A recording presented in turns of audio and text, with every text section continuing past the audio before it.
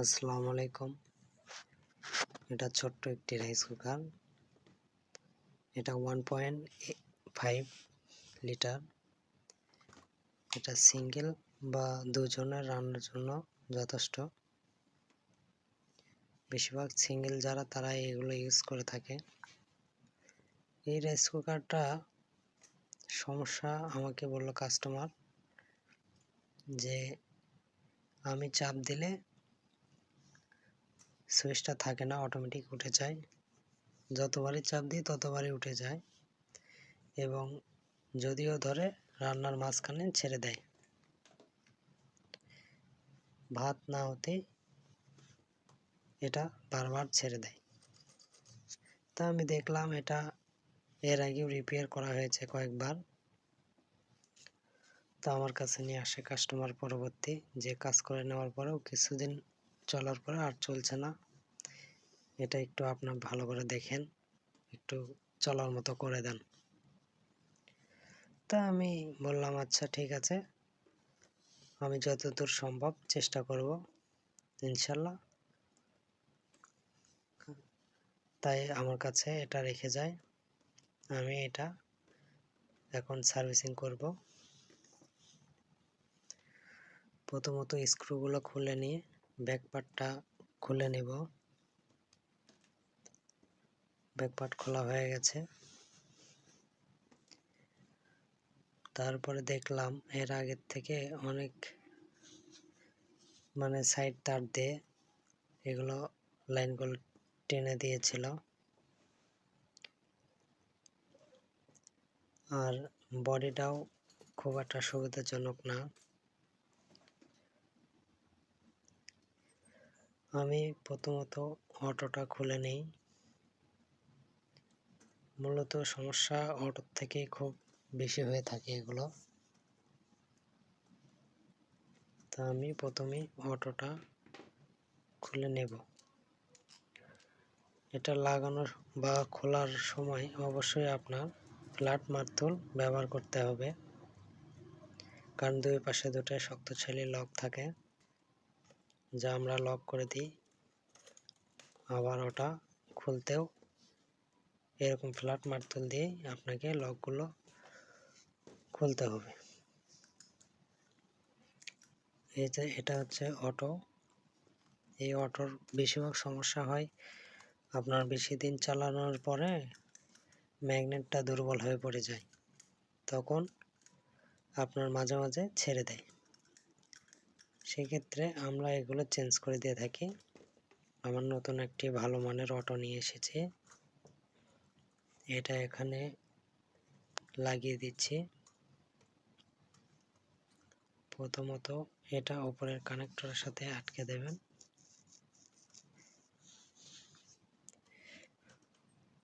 তারপর ওটা লাগানো হয়ে গেলে নিচের সংযোগটি অবশ্যই ফ্ল্যাট মার্তুল ব্যবহার করেই লকগুলো করে দিতে হবে। এটা 3টি লেগ আছে, লেগ বাদে মাছ যে কোনো এক ফাঁক দিয়ে আপনি ওটা লাগাতে পারেন। আমি এটাকে মেডেল করে রেখে আমি লকগুলো আবার ছড়িয়ে দিচ্ছি। খুব ভালোভাবে কয়েলের সাথে লকগুলো অ্যাডজাস্ট করে দিতে হবে।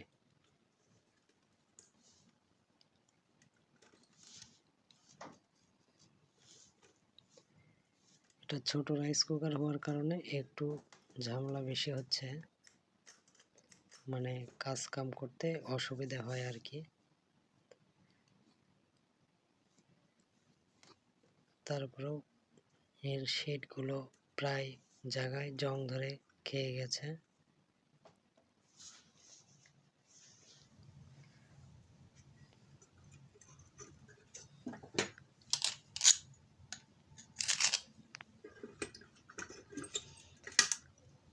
বাতি সুইচের নাটটাও লুজ ছিল, ওটাও আমি টাইট করে দিলাম এবং কন্ট্যাক্টটা কীরকম হচ্ছে সেটা দেখার চেষ্টা করছি। আলহামদুলিল্লাহ মোটামুটি ঠিক আছে। এখন আমি এটা ফিটিং করে দেখব এটার কি অবস্থা। তারগুলো আমি একটু সাইড দিয়ে দিচ্ছি যেন মাঝখানে না ঠেকে।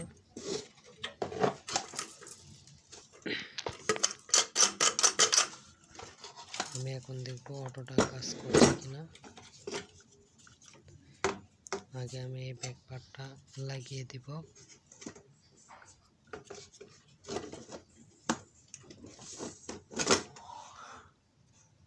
এগুলো তলাগুলো প্লাস্টিকের হওয়ার কারণে অতিরিক্ত কয়েলের হিটে এই প্লাস্টিকগুলো মরকা হয়ে যায়, পরবর্তী ভেঙে চলে যায়। তবে অবশ্যই আপনারা রাইস কুকার কেনার সময় ফলো করবেন, পিছন পাটটা অবশ্যই স্টিলের নেওয়ার চেষ্টা করবেন বা শীটের, তাহলে এই প্রবলেমটা আর আপনাদের হবে না। আমি রাইস কুকারটা ফিটিং করছি।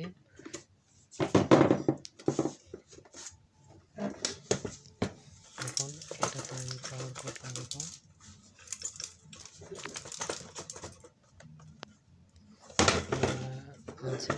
আমি ঝাঁকিয়ে ফেলে দেওয়ার চেষ্টা করছি।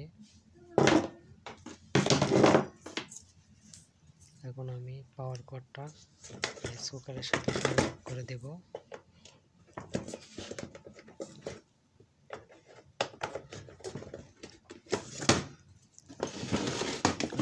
পাওয়ার কটটা লাগিয়ে দিচ্ছি। এখানে লাইন এসে গেছে, আরামটা জ্বলছে। সুইচে চাপলে এক সাইডে পার হয়ে যাবে। আলহামদুলিল্লাহ, এখন দেখেন এটা সঠিকভাবে কাজটা করছে।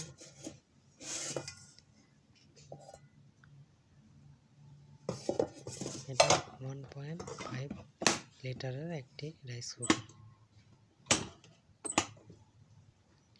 ওয়াটটা খুবই কম। অন্য রাইস কুকারগুলি হয়ে থাকে 700 ওয়াট, 900 ওয়াট, 1000 ওয়াট, আরও উপরে হয়ে থাকে। এটা মাত্র আমি দেখলাম মাত্র এটা 400 ওয়াট একটি রাইস কুকার, খুবই কম ওয়াটের একটি রাইস কুকার। যারা সিঙ্গেল থাকেন বা ছোট্ট সংসার, তারা একটি ব্যবহার করতে পারেন। ধন্যবাদ।